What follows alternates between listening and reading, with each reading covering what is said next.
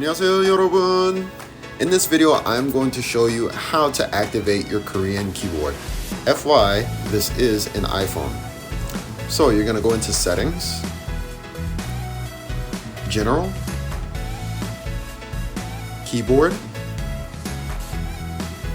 keyboards at the top, and then add a new keyboard.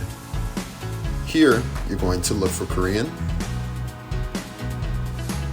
Click it, do standard, hit done.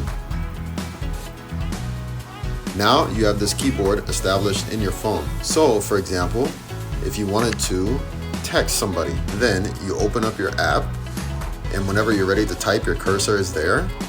You click on this little globe in the bottom left hand corner and you hold it, and you'll see the different keyboards that are installed on your computer.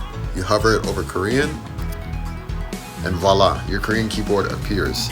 And then you can type whatever you would like to type. After you're finished and you want to switch back to English, hold it, click English. And that's it.